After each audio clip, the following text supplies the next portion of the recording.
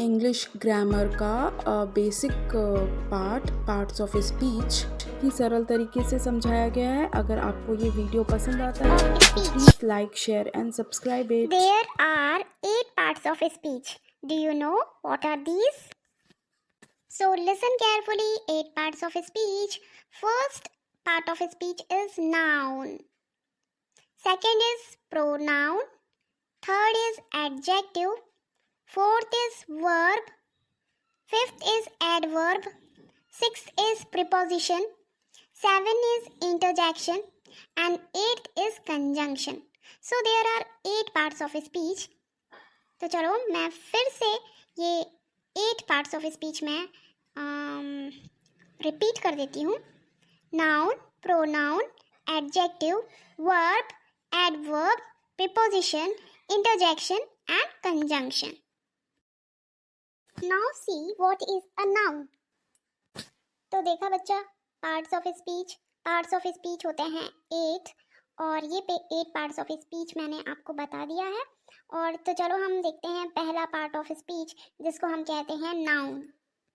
Noun is a part of speech that is used to name a person, place, thing, quality और action. तो आप यहाँ पे देख रहे हो कि नाउन क्या है, एक पार्ट ऑफ स्पीच है जो कि हम किसी भी पर्सन को, यानी कोई व्यक्ति को, कोई जगह को, कोई चीज़ को, तो पर्सन को, व्यक्ति को, जगह को, चीज़ को, या कोई क्वालिटी है या कोई गुण है या कोई एक्शन है, कोई क्वालिटी है, कोई गुण है, उसे हम नाम देने के लिए जो वर्ड्स का इस्तेमाल करते हैं उसको हम कहते हैं नाउन। तो noun is nothing but noun is a word. Noun एक ऐसा वर्ड है जो कि हम किसी पर्सन, प्लेस, थिंग, क्वालिटी और एक्शन के लिए इस्तेमाल करते हैं। So let us see example of noun. तो नाउन के हम एग्जाम्पल देखते हैं। तो जैसे कि हम पहले बोलते हैं कि noun is a name of person. तो नेम ऑफ पर्सन मतलब Ram, Shyam, Mohan, Sita, Gita, right. And name of the place means किसी भी जगह का नाम, जैसे कि Raipur, Bilaspur, Jagdalpur, Delhi, Bombay. Name of the thing यानी किसी भी चीज़ का नाम। तो किसी भी चीज़ का नाम क्या हो सकता है, फैन, ठीक है, fan, pen and purse, brush, all these things are what, table, these things are a name of things. So these are noun.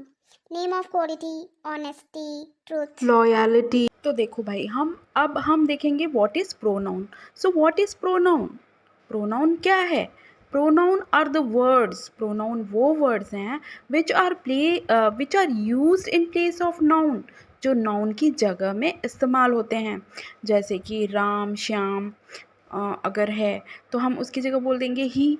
और अगर कोई लड़की का नाम है सीता, गीता, उसकी जगह हम कहते हैं शी, ठीक है। और यदि कोई जानवर है या कोई एनिमल है या कोई चीज़ है तो उसकी जगह हम कहते हैं इट। अगर वो बहुत सारे लोग हैं तो उसकी जगह कहते हैं दे।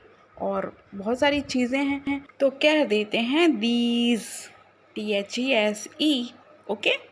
दिस बोलते हैं जब एक चीज़ होती है और दीज बोलते हैं जब बहुत सारी चीज़ें होती हैं। ये तो आप जानते ही हैं। एग्जाम्पल देख लो, दिस इज रेड, यह लाल है। दीज आर ग्रीन, ये हरे हैं, ओके। तो ये आपको समझ में आ गया होगा। let's see what is verb. The second part of speech है and verb are those words. verb वो words होते हैं जिनसे कि हमको कोई एक्शन महसूस होता है, एक्शन होने का की फीलिंग महसूस होती है, तो हम उसको बोलते हैं verb. So verb is a word which denote an action.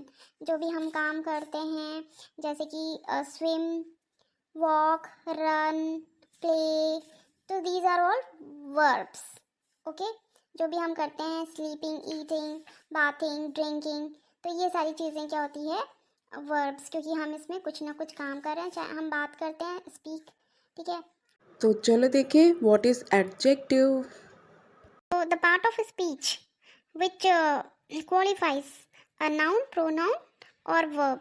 तो जो ऐसे वर्ड्स होते हैं, इंग्लिश के ऐसे वर्ड्स जो कि नाउन या प्रोनाउन को क्वालिफाई करते हैं, जो उनकी फीचर्स बताते हैं, जो उनकी विशेषता बताते हैं, उसको हम बोलते हैं adjective. For example cow is black.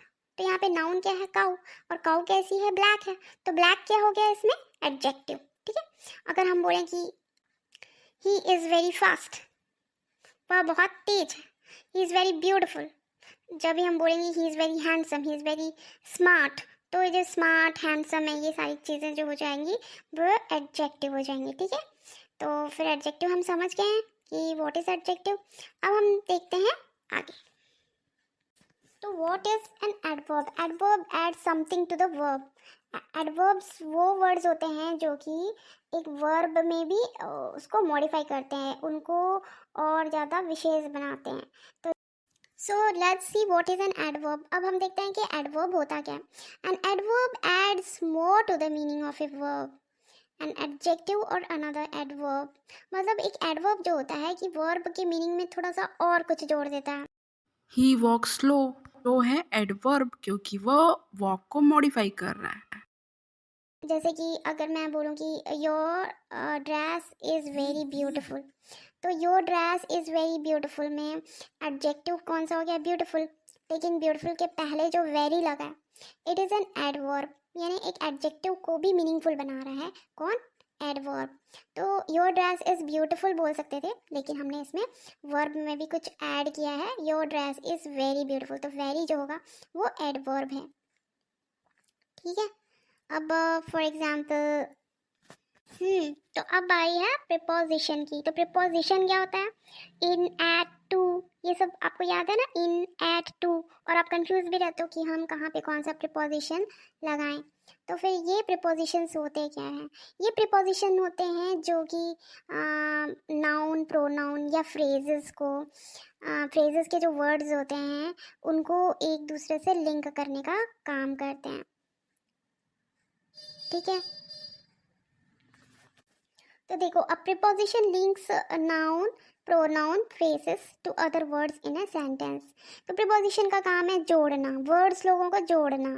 ठीक है, वो नाउन को लिंक कर सकता है प्रोनाउन को या फिर फ्रेजेस को, ये सारे चीज़ों को वो जोड़ने का काम करता है।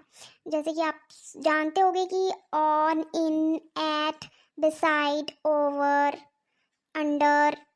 ठीक है, ये सारी चीज़ें क्या है? प्रिपोजिशन। और कभी कभी हमें कंफ्यूज होता है कि कहाँ पे हम कौन सा प्रिपोजिशन लगाएं, लेकिन हम इसको आसानी से सीख सकते हैं प्रैक्टिस से। बट यहाँ पे मैं आपको एग्जांपल दे रही हूँ, the book is on the table. The book is on the table, यहाँ पे प्रिपोजिशन हुआ ऑन। और the book is beneath the table, तो यहाँ पे प्रिपोजिशन क्या हुआ? Beneath. The book is on the table मतलब बुक जो है वो टेबल पर रखा है। The book is beneath the table, beneath यानी नीचे, जो बुक है वो टेबल के नीचे रखा है। Now let's see what is interjection. Expressing our emotions and sentiments. अगर हम अपने emotions और sentiments को express करते हैं, मतलब अपने जज्बातों को और अपनी भावनाओं को व्यक्त करने के लिए जिन वर्ड्स का हम इस्तेमाल करते हैं उनको बोलते हैं इंटरजेक्शन। तो ये हुआ ना बहुत इजी। तो इंटरजेक्शन, ठीक है, जैसे हम कभी बोलते हैं आह। आह कब बोलते हैं? जब हमको कुछ सरप्राइज़ होता है। ठीक है, कभी हम बोलते हैं आहा, मतलब कि या तो हमें सरप्राइज़ हुआ है या हमने कोई जीत हासिल की है। ठीक है, और जब हम दर्द में होते हैं तो बोलते हैं एलास। और जब हम किसी की बड़ाई करना चाहते हैं, प्रेज़ करना चाहते हैं, तो कहते हैं ब्रावो। तो ये सारी चीज़ें होती हैं, आह, आहा, अलास, ब्रावो, ये सारी चीज़ें होती हैं इंटरजेक्शन। तो देखा बच्चों किस तरह से हमने इतने सारे चीज़ें सीख ली, noun, pronoun, verb, adverb, adjective, conjunction, interjection. ठीक है, तो आप इस चैनल को लाइक करो और शेयर करो और सब्सक्राइब करो, ताकि ये वीडियोस जो ज़रूरतमंद स्टूडेंट्स हैं जिनको इसकी ज़रूरत है वहाँ तक पहुँच सके। और इसको आप सब्सक्राइब करो ताकि जो भी मैं वीडियोस बना रही हूँ वो आप तक के पहुँच सकें। Thanks for watching. Bye and good luck from One Hit Classes.